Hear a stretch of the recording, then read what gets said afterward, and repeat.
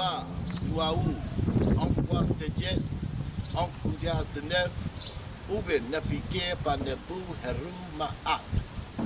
everybody. We are here at the Museum of the National Center of Afro-American Artists, 300 Walnut Ave in Roxbury, Boston, Mass. to celebrate the summer solstice, the aphelion, and the precursor to the renpet. We are here with Naga, Sydney Davis, and Ptah Sika Heru. And of course we are being filmed by our own Boston's renowned BLACKBOOKT.V ASCII Songhai. We're standing before a big head. This was sculpted by sculpted by John Wilson. Okay, and we're at the Museum of the National Center of Afro-American Artists. We're about to go inside to the Royal Burial Chamber tomb room of Sparta, 25th Dynasty Nubian king. We're going to break down its dimensions in relationship to our Naga spirituality. And topic of today's show will be the precious treasure, your divine birthright, immortality. Onkwas Dejet, Onku Jasaneb, Ubin Nefikir, Panabu, Heru Ma'a. Atumra.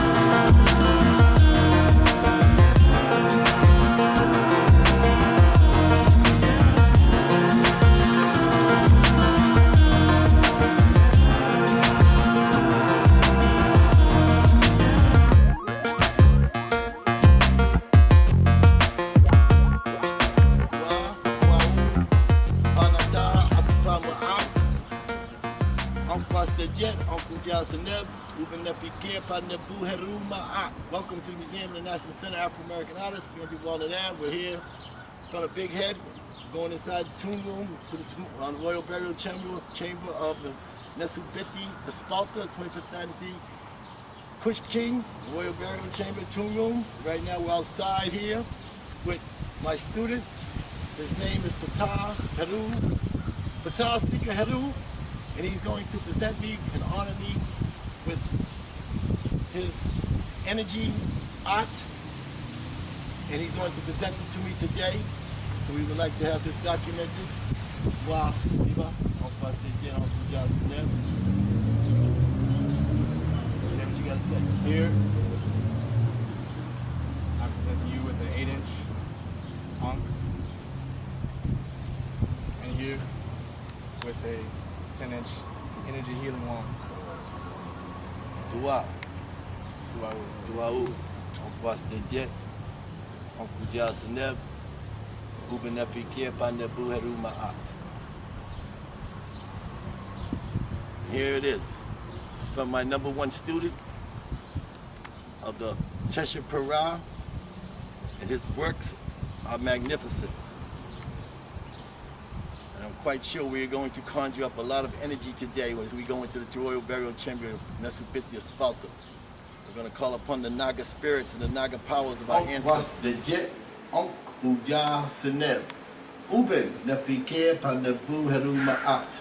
Welcome to the Museum of the National Center of Afro-American Artists. We are here with Ptah Sika Heru, and he has just presented me with his energy art. And we are going to celebrate here at the Royal Burial Chamber of Sparta the summer solstice, the aphelion, and the precursor to the renpet, or the ancient Egyptian New Year, which will occur on July 25th on the Gregorian calendar. We're going to go inside in a minute, but we'd like to just show you that this is the Royal Burial Chamber of Sparta. We are here at the Museum of the National Center of Afro-American Artists, 300 Walnut Ave, Roxbury, Boston, Massachusetts, 02119.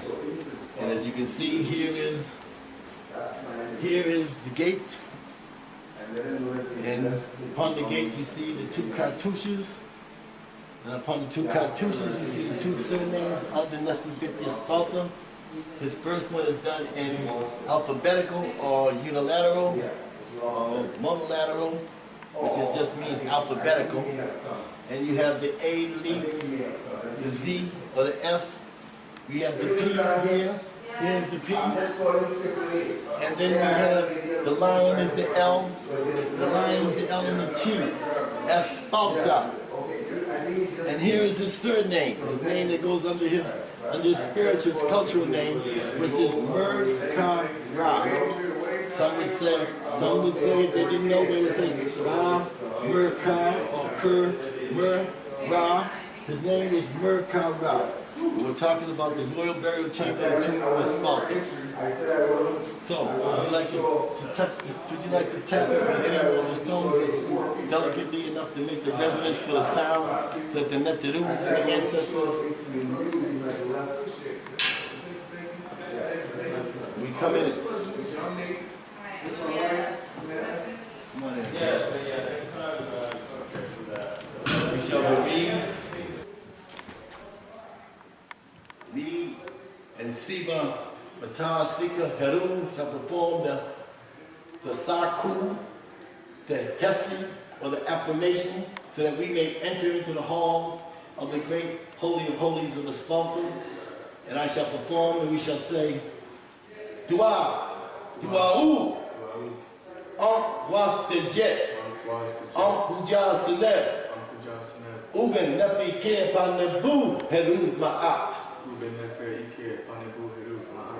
Dua, As, Mut, Nataru, Panebu, the mother of the Netheru, the mistress of Pet, the maker of mankind, she who is mighty in words of power, mother of all initiations. Bless us Naga, Shamsaru, Nesibitis, Henets, Sibas, Sibats, Mutatats, the mortal ones of Ma'at, cherished. Your loyal servants now present, for we seek the counsel of the ancient ones and practice daily the ancient Ma'atian ways and ancient Ma'atian truths. We strive evermore to become one with thee in this world and in the existence to come.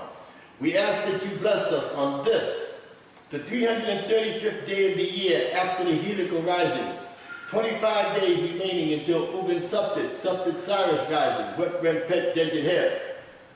The 11th day of the 10th month of Ptah, the 2nd day of Jehuti, the 5th day of the 4th month of the 3rd season of Pert, year number 6, AFNK/ST, after the founding of New Kemet, Naga Kemet, Samatawi.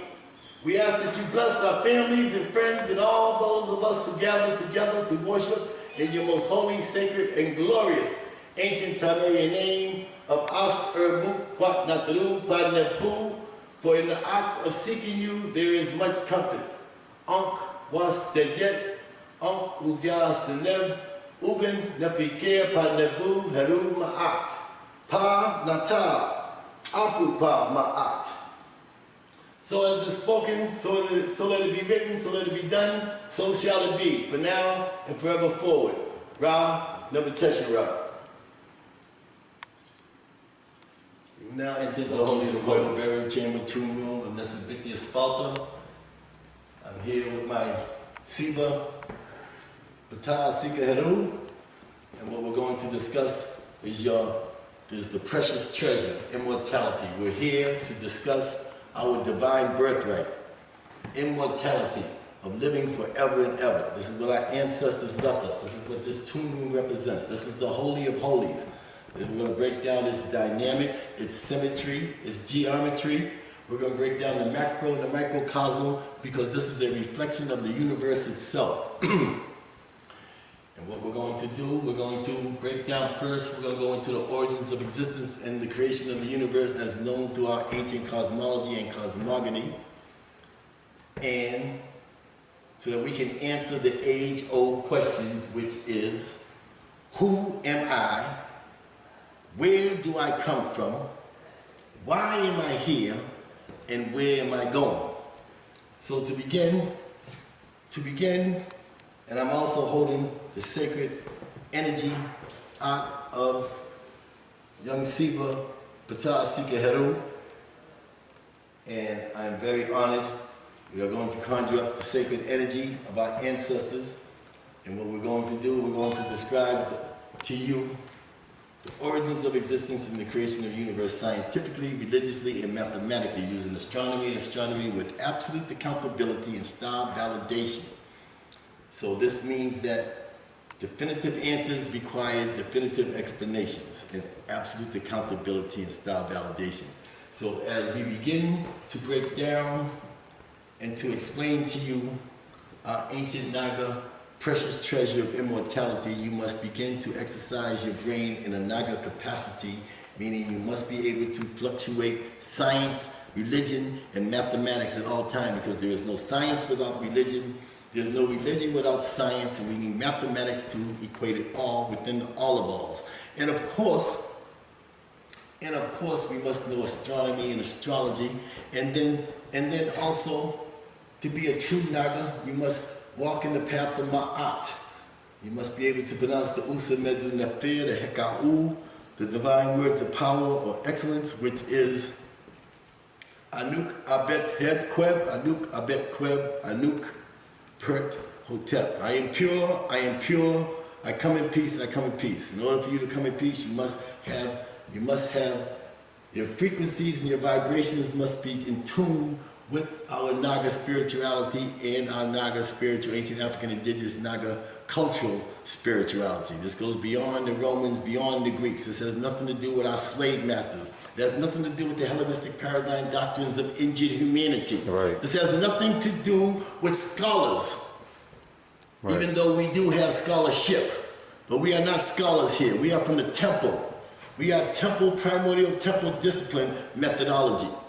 Because to be a scholar would mean that I come from the school of Plato. And Plato was a Greek. And then for me to call myself a scholar is an insult to my ancestors. It's an insult to my primordial temple discipline and to my spiritual ancestors and to those who have came before me. So we do not call ourselves scholars even though we have scholarship. But we are not scholars. We are from the temple.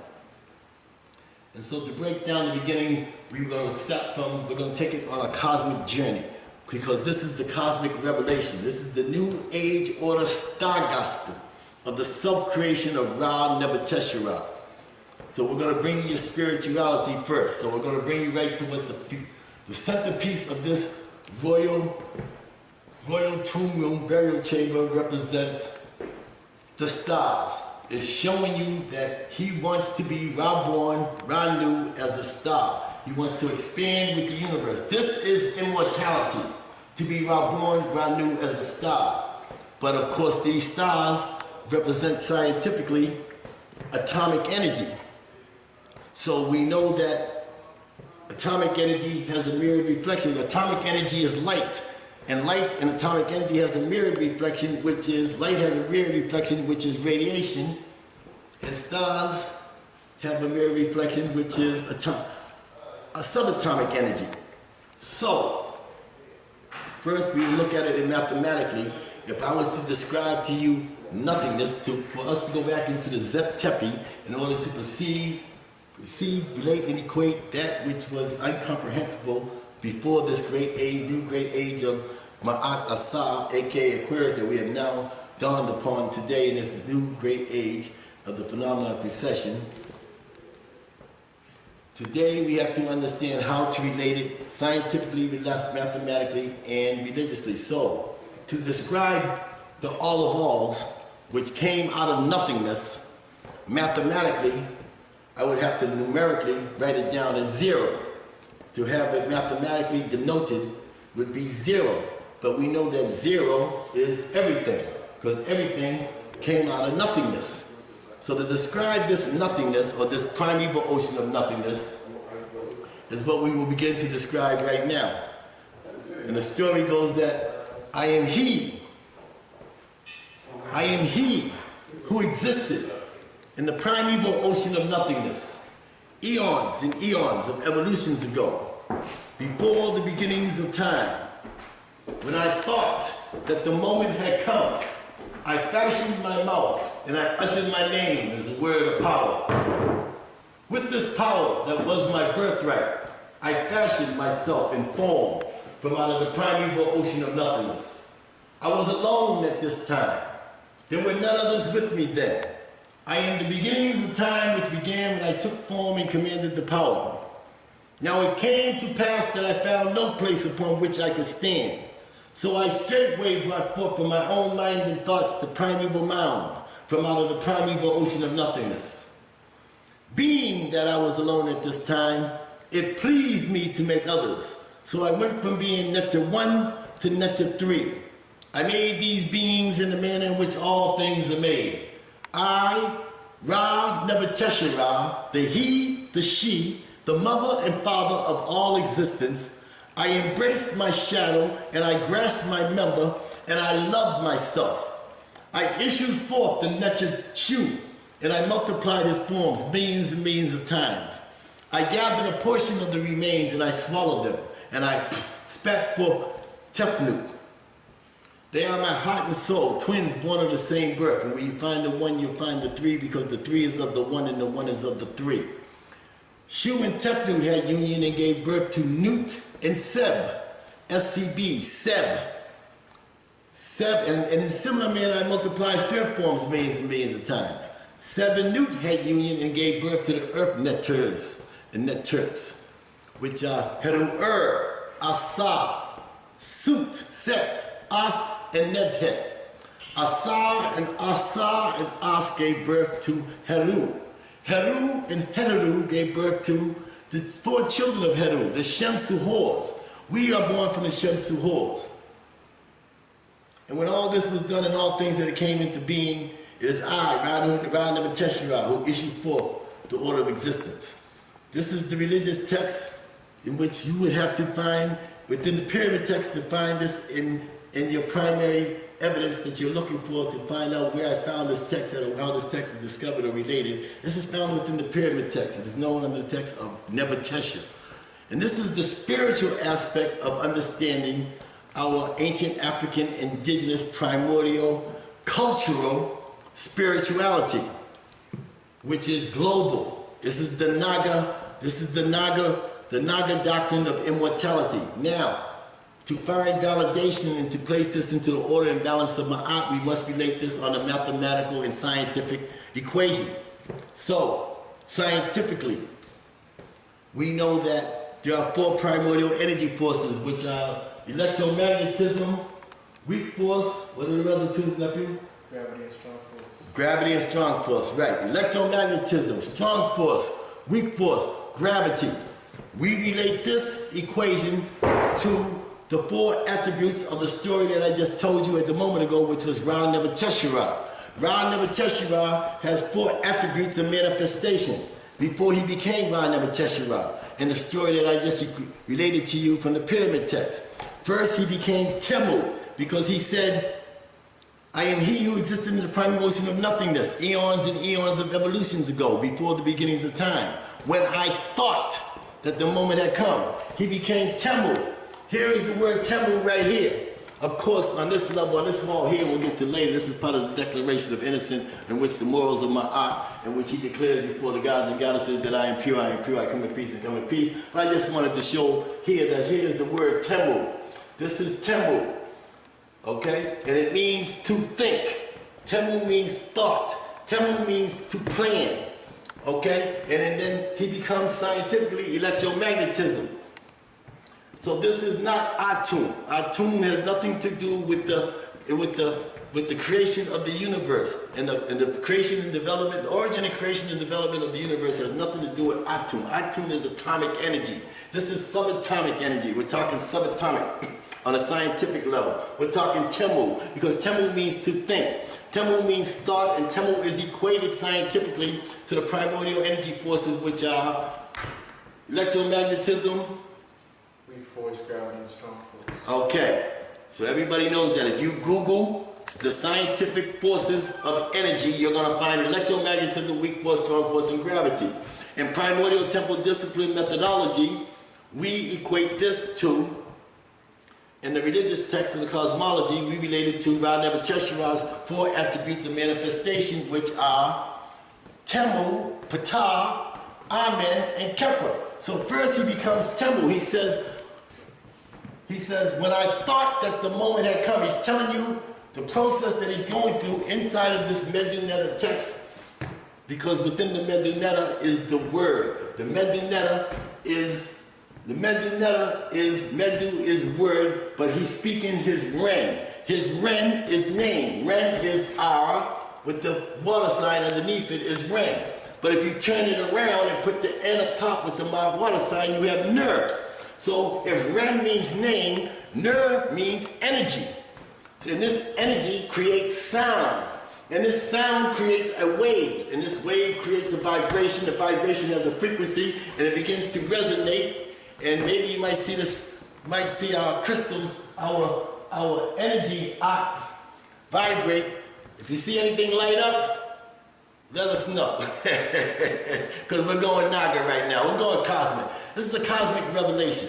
You're going to have to use your brain right now to a point where European development has hindered you, has set you your limitations through your scholarship. We're going to take you to a place you cannot Google. You cannot be able to Google this. Later on, we're going to go to a spot academically where you can Google this, and I can give you primary resources and things that you can relate to get a foundation. But right now, we're in the temple.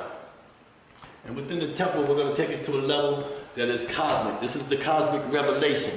So we're relating the story of Temple, of the origins of existence and the creation and development of the universe. There is an order that applies to all things. This order is called the order of existence. It was issued by the creator of all things, Ra, Nebuchadnezzar, to ensure the continuous perpetual evolution of all things. So when we speak to you of this new age order, of the great golden age of AUSAUR and the new age order, it is of this new age order star gospel of the self-creation of Ra Nebuchadnezzar. It is of this order that I speak. So we are speaking of the Naga spiritual, ancestral, cultural concept of self-creation. It doesn't matter if you're from West Africa, South Africa, East Africa, North Africa, if you're from Cambodia, if you're from South America, North America, the symbol of the Naga is worldwide. Our symbol is known all over the world. We have been here for millions and millions of years. We have ruled this world for millions and millions of years. Our symbol is the cobra. Our symbol is the snake. Our symbol is the dragon.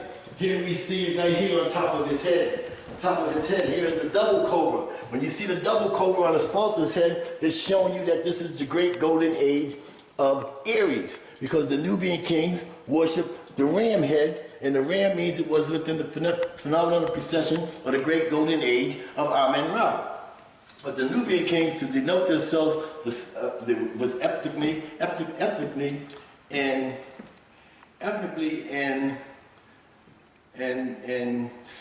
generally the same people. Listen to the word I want to use there. They used the double cobra. The double cobra separated, showed the distinction of these were the Nubian Kush kings who ran out Darius and the Persian, the Syrians and Darius and Xerxes and the Greeks and so on and so forth. But this is the double cobra there. But this is the Naga, the story of our Naga people. And this story goes back millions and millions of years. We've been here for millions and millions of years. This is not a 4,000-year-old story. Later on, we're going to get over to this side here and show you the point about how he tells time. And we're going to show you how time is really recorded by our Naga ancestors. And we're going to destroy that Gregorian calendar. I'm telling you today, take that Gregorian calendar down from your wall.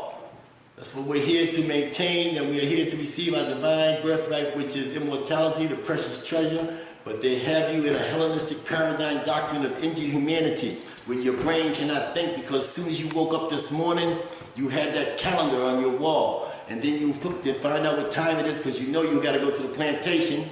And you found out you were under GMT and UTC, which is Greenwich Mean Time and Universal Time Coordinated, which is 52 parallels north of the equator, Greenwich, England, instead of it being Giza Plateau. So now, let's go back to this cosmic story as we begin to fluctuate your mind so that you can begin to relate it scientifically, religiously, mathematically, astrologically, astronomically, and health-wise. Again, you cannot understand what I'm saying if you're black people. Look at my brothers here. Look at my brothers here. We are all on the livid. We don't have a diet. We have a livid. We eat of the seed. In order to enter to the halls of double right and double truth and pronounce the words of AUSAUR medu, nefer, In the halls of right and double truth, where the soul is purged of all sins, and where you see the faces of all the nectaroos, and may pronounce the words, I am pure, I come in peace, I come in peace. You have to have the live it. That means you must know what to eat in order for your body to be on the right frequency. We are living, we are walking dead today. Today our bodies are walking dead.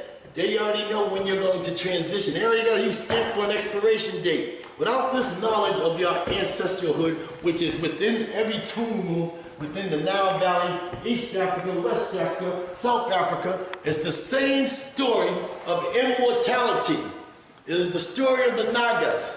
This is the story we have to tell you, but because your diet, not your diet, your live it. Because diet just tells you you're going to die. We have a live it. And our live it is to eat of the seed. There's only 5 rules. There's only 5 rules to the live it. And them 5 rules are, eat of the seed. If it doesn't have a seed, let me let my brother hold these for a minute because I'm trying to twist these. These are $1,000. These are $1,000 pieces here. And if I scratch them, I gotta buy them. Can you hold them for me? Wow, Siba. The first rule of the live it. In order for you to enter into the halls of double right and double truth, where the soul is purged of all sins and where you will see on the faces of all the nectaroos, is you must eat of the seed. Rule number 1, there's only 5 rules. And you broke all 5 when you woke up. Rule number 1, eat of the seed. If it doesn't have a seed, don't put it in your mouth. The only thing that you put in your mouth that doesn't have a seed is water. Very simple. Rule number 2. Rule number 2, do not eat and drink at the same time. In other words, do not mix your solid foods with your liquid food. If you must, you drink first, wait, and then you can eat. And after you eat, you must wait. 45 minutes is the minimum for a novice who enters. I wait 2 to 3 hours before I drink again. Then I make sure I drink lots of fluid. So when you eat and drink at the same time, you create an acidy brew, which creates the bloating system. That's why you see everybody's bloating, because you're eating and drinking at the same time. You're mixing your solids with your liquids. That's rule number 2. Rule number 3. Eat as the table earth prepares the food. From the earth, from the vine, from the tree. This is very, very simple here. This isn't rocket science.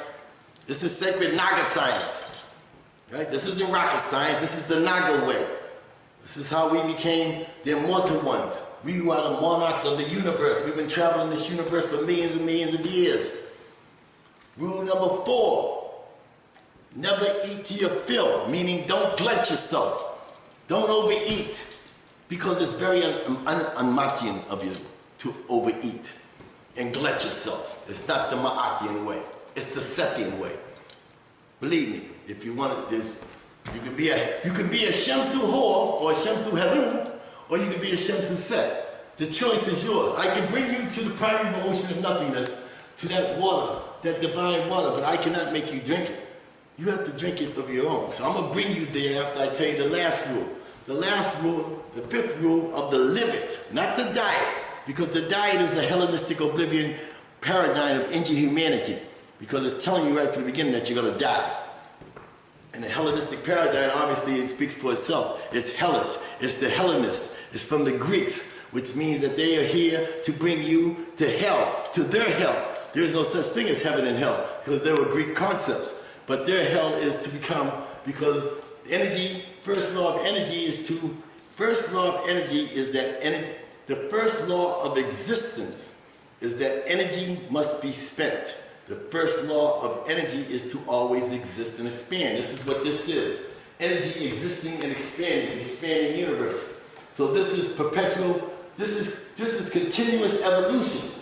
This is what the expanding universe does. But of course, we came out of nothingness, which is perpetual continuance, and this is where the Hellenistic paradigm doctrine wish to send you back to, which we are created by as Nagas to be expressed with the creation of the universe and the creation and development of the universe, so we become expanding with the universe and being born new as a star. But rule number 5 is fast occasionally. For certain periods of the year, one must refrain from eating and especially during the Ipetaru Shabitem Tuaru Pama'at, ancient Naga solar silver lunar calendar, during the summer solstices, the winter summer solstice, the equinoxes, during the times that we are here today to celebrate and pour the libations of the summer solstice. This is why we're here today. And for the aphelion, it happens on July the 4th, where the sun will not reach the point no further, it can go no further, and it has to come backwards. So there's the summer solstice, but that summer solstice is not the longest day of the year. It's called in Greek, because all we know is Latin and Greek. It's where the scholarship does come in. It's called the aphelion and the perihelion. The moon has the apogee and the perigee. The longest days of the moon and the shortest day. The moon is closest to the earth and farthest to the earth. And the earth is closest to the sun and farthest is the aphelion and the perihelion, which we'll describe later on when we go into the concept of time and space, which I will have to deal with at a much heavier level because I have the scholarship community saying that my calendar, or our ancient African indigenous primordial Naga Shemsu cultural calendar is a fraudulent pseudo calendar because I have 9 days in a week. They seem to have a brain fried meltdown when I say 9 days a week, but they don't understand that the calendar that they're using, that has a 10-day week, 3 months and 3 weeks of the month, and 30 days, is a Ptolemy the First, Sotir, Serapi, September, Mary Amen is a Greek calendar. So, actually, we become our worst enemy because now we become contraband. These are blacks conditioning other blacks into mental, physical, spiritual, subjugated slavery. So, what we shall begin to understand now is that I'm telling you of this 5 rules of the living so that I can get you to understand and comprehend your divine birthright, which is immortality. It's the precious treasure, but it's not a gimmick. You're either Shemsu Hor or Shemsu Set. So I'm here to address all the Shemsu Hors, all the sons of Heru who were born from us. Our maternal mother is As Erbu Patnaperu Panabu, and my paternal father is AUSAUR Unefa Kentiamenti. My paternal father is not Abraham. My paternal father is not Abraham. My paternal father is AUSAUR Unefa Kentiamenti because I am a Naga. I am an immortal one of Ma'at. I am a Shemsu Heru. So, as we begin to understand the story of the concept of self-creation, we just told, the religious told, I am he who exists in the primordial state of nothingness. We went on to tell the 4 primordial energy forces, which is electromagnetism, weak force, strong force, and gravity. And we related to these 4 forces to the 4 attributes of manifestation of Ra Nebuchadnezzar, which is Temu, to think. Then he became Ptah.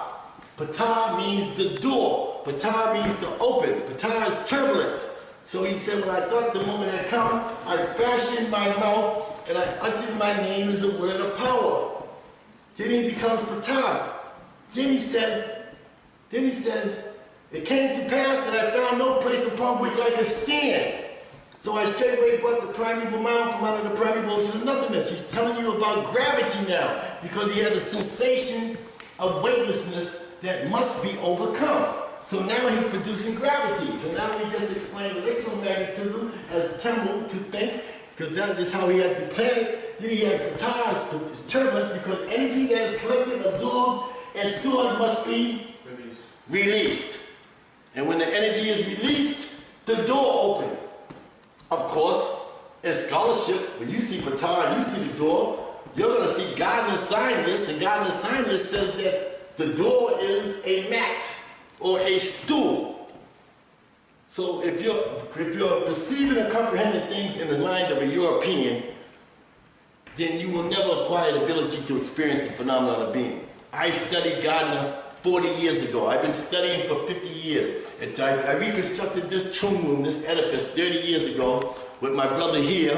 Turn around, this is brother Tau. This brother here is the brother who does the metallurgy. He erected this, come around here. Right. He is the brother who built this doorway here. He's here today. His name is Tau. He's a master metallurgist. So since he is here, I wanted to make sure that he gets his acclimate and his tribute. This is brother Tau, and he is one of the great brothers of Boston, Massachusetts. As you see, he has in his hand right now, there's other things that he creates. We could go on and on. We got to do a whole special on him. Right. We got to come back and do a special one on brother here. And come over here. And of course, over here we have our It's our brother Professor Sidney Davis, who is part of the Naga Association. He came back from Zinda, Niger Zinda, where he discovered with Zoli Gaba the twin pyramids and Sphinx in Zinda, Niger. This is Sidney Davis. I wanted to make sure that everybody understands that he's here to pay respect and honor on this summer solstice. And this is a brother, we're going to do another special on him in regard to the assistance that he needs from ASCAC, from all our brothers and sisters,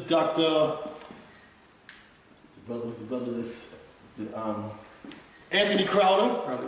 Anthony Browder. We wanted to introduce you. If you're watching our television show on BLACKBOOKT.V, at ASCII Songhai, we want to introduce you to this brother here. He's doing much work to uncover the secrets and mysteries as you are doing, Anthony Browder, in Egypt and Kemet. He is in Zinda, and he, with Professor Master Zole Gaba, found the twin pyramids and Sphinx, and they're trying to attempt an excavation, and they're in need of assistance. And we're going to leave his email and his website so that you can get in touch with him at the end of this presentation. Just want to make sure everybody is being accounted for that's in the room. And of course, this is Ptah Sika Heru, who is the master craftsman, who has his energy ox that he has. And would you like to say anything on that? I don't want to say the wrong thing. Okay, so now, as we're talking, and now as we begin to understand what we're saying about the four, now the four is just when the four went to the four, I'm seeing four people in the room, I'm seeing four energy forces, and I see the five, and as we go into the four attributes of manifestation around Nebuchadnezzar, and no one has to leave, you can stay if you want. We want to just continue this story because this is the cosmic revelation. Remember, we're here to receive our divine birthright, which is immortality. You was born this morning to receive immortality. The Creator gave you immortality at your birth. It's just that as you was born, because you was born at this time, during the Hellenistic paradigms of ancient humanity, that you was given a calendar that was based upon the lunar cycles. But we're going to get into the lunar cycle. Let us stay on the cosmic story. Let us not dwell down into an atomic level. We'll stay to the cosmic story. We'll talk the four attributes of manifestation, which are the four energy forces of science, which is electromagnetism, weak force, strong force, gravity. The four attributes of manifestation is Ra Nebuchadnezzar. Of Ra Nebuchadnezzar is Temu, Ptah, Amen, and Kepler. So we got the Temu means to think, thought. Ptah is the door. Amen was the mound. Amen is that loaf. That loaf you see there, that T, in the Garden of Sinus is called a loaf, a raised loaf. This is the primeval mound. In temple discipline, this means gravity. And gravity comes from Amen. Amen means the hidden one. But scientifically, Amen means gravity because we know at this time the Creator had the sensation of weightlessness. He found no place upon which I could stand. He tells you, I found no place upon which I could stand, so I straightway brought forth from my own mind and thoughts the primeval mound from out of the primeval ocean of nothingness. Now, as we continue the story of the origin, development, the origin, the creation of the universe, origin of the universe and the creation and the development, origins of existence and the creation and development of the universe through cosmology and cosmogony, we will understand that the next, as we come out of subatomic energy, we come into atomic energy.